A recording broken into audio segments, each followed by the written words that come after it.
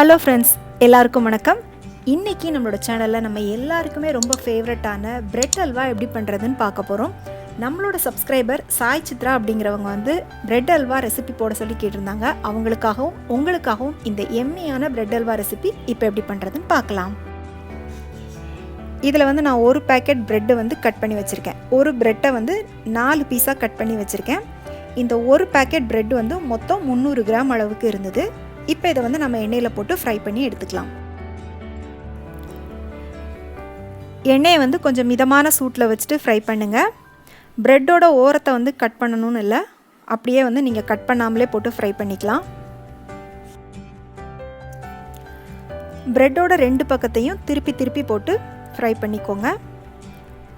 இப்போ பார்த்தீங்கன்னா ப்ரெட் எல்லாம் நல்லா ஒன்று போல் செவந்து வந்துருச்சு. ப்ரெட்டை வந்து கருக விட்டுறாதீங்க, கருகிருச்சுன்னா நல்லா இருக்காது. இப்போ இதை வந்து எண்ணெயிலேருந்து எடுத்துடலாம்.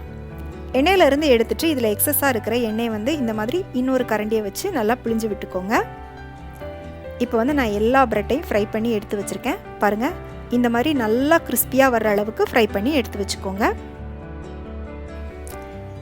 இப்போ ஒரு பாத்திரத்தில் 125 ml பால் ஊற்றிருக்கேன். மெஷர்மெண்ட் கப்புக்கு 1/2 கப் அளவுக்கு பால் எடுத்திருக்கேன்.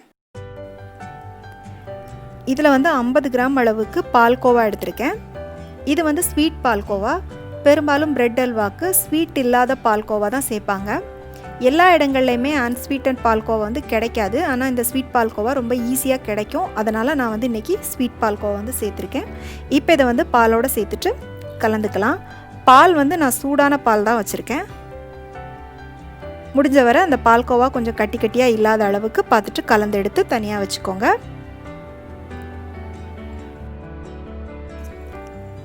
அடுத்ததாக நம்ம தேவையான முந்திரி திராட்சையை வறுத்துக்கலாம். கடாயில் 1 டீஸ்பூன் நெய் ஊற்றிட்டு, நெய் நல்லா உருகுனதும் அதில் வந்து முந்திரியை போட்டுட்டு வறுத்துக்கலாம். முந்திரி வந்து கொஞ்சம் வறுபட்டதும் அதோட திராட்சை சேர்த்துக்கலாம். முந்திரி திராட்சைக்கு வந்து இவ்வளோ தான் அளவுன்னு கிடையாது, உங்களுக்கு எவ்வளோ வேணுமோ அவ்வளோ போட்டுக்கோங்க. இப்போ இது வறுபட்டுருச்சு. இதை எடுத்து நம்ம வேறு பிளேட்டுக்கு மாற்றி வச்சுக்கலாம்.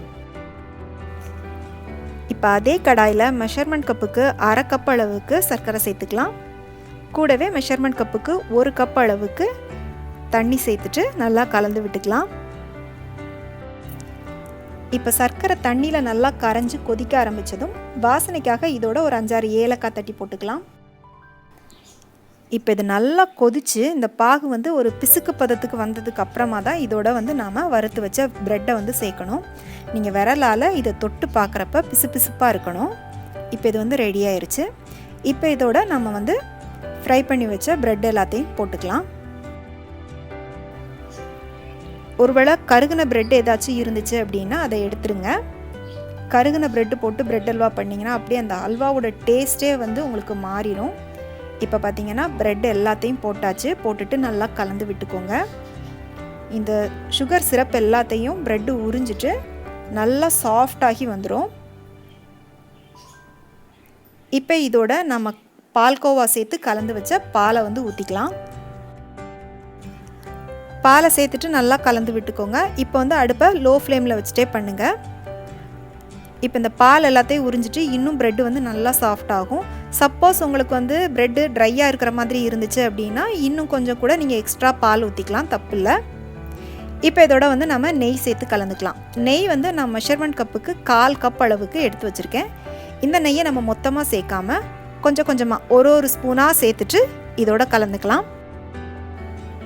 ஃப்ரெண்ட்ஸ், இதே மாதிரி யம்மியான அசோகா அல்வா, பாதாம் அல்வா ரெசிபி நம்மளோட சேனலில் நான் ஏற்கனவே அப்லோட் பண்ணியிருக்கேன். அதுக்கான லிங்க் வந்து நான் உங்களுக்கு கீழே டிஸ்கிரிப்ஷனில் கொடுக்குறேன். அது மட்டும் இல்லாமல் தீபாவளி ஸ்வீட்ஸ் அண்ட் ஸ்நாக்ஸ்க்குன்னு தனி பிளேலிஸ்ட்டே நம்மளோட சேனலில் இருக்குது. அதுக்கான லிங்க்கும் நான் உங்களுக்கு கீழே டிஸ்கிரிப்ஷனில் கொடுக்குறேன், செக் பண்ணிக்கோங்க. இந்த தீபாவளி டைமில் உங்களுக்கு ரொம்பவே யூஸ்ஃபுல்லாக இருக்கும். இப்போ எடுத்து வச்ச நெய் எல்லாத்தையும் இந்த ப்ரெட்டோட சேர்த்துட்டு கலந்தாச்சு. இந்த ஸ்டேஜில் நம்ம ஏற்கனவே வறுத்து வச்ச முந்திரியும் திராட்சையும் சேர்த்துக்கலாம். முந்திரி திராட்சை மட்டும் இல்லை, உங்களுக்கு பிடிச்ச மாதிரி எந்த நட்ஸ் வேணாலும் நீங்கள் இதோட சேர்த்துக்கலாம். நான் இதோட கொஞ்சமாக பிஸ்தாவும் எக்ஸ்ட்ரா சேர்த்துருக்கேன். சேர்த்துட்டு திரும்பவும் நல்லா கலந்து விட்டுக்கலாம். ரொம்ப சிம்பிளான ரெசிபி, ரொம்ப சீக்கிரமாகவும் செய்யலாம். மொத்தத்தில் வந்து ஒரு 15 நிமிஷம் தான் ஆகும் இது செய்கிறதுக்கு. இப்போ பார்த்தீங்கன்னா நம்ம சேர்த்த நெய் வந்து வெளியில் பிரிஞ்சு வர ஆரம்பிச்சிருச்சு. அவ்வளோதான். இப்போ நம்மளோட பிரெட் அல்வா சூப்பராக ரெடி ஆயிருச்சு. இதோட 5-6 பேரிச்சம்பழம் போட்டு பண்ணுங்கள், இன்னும் டேஸ்ட்டு நல்லாயிருக்கும். பாருங்கள், பார்க்கவே ரொம்ப டெம்டிங்காக இருக்குது. இதை நீங்கள் பரிமாறும்போது கொஞ்சமாக ஐஸ்கிரீம் வச்சுட்டு அதோட இந்த பிரெட் அல்வாவை சேர்த்து நீங்கள் வந்து பரிமாறுங்க. டேஸ்ட் ரொம்ப வித்தியாசமாக நல்லாயிருக்கும். கண்டிப்பாக இந்த தீபாவளிக்கு ட்ரை பண்ணி பாருங்கள். உங்கள் வீட்டில் எல்லாருக்குமே ரொம்ப பிடிக்கும். பிடிச்சிருந்துச்சு அப்படின்னா மறக்காமல் லைக் பண்ணிவிட்டு உங்கள் ஃப்ரெண்ட்ஸ் அண்ட் ஃபேமிலிக்கு ஷேர் பண்ணுங்கள். மீண்டும் வேறொரு ரெசிபியோடு சந்திக்கிறேன். நன்றி, வணக்கம்.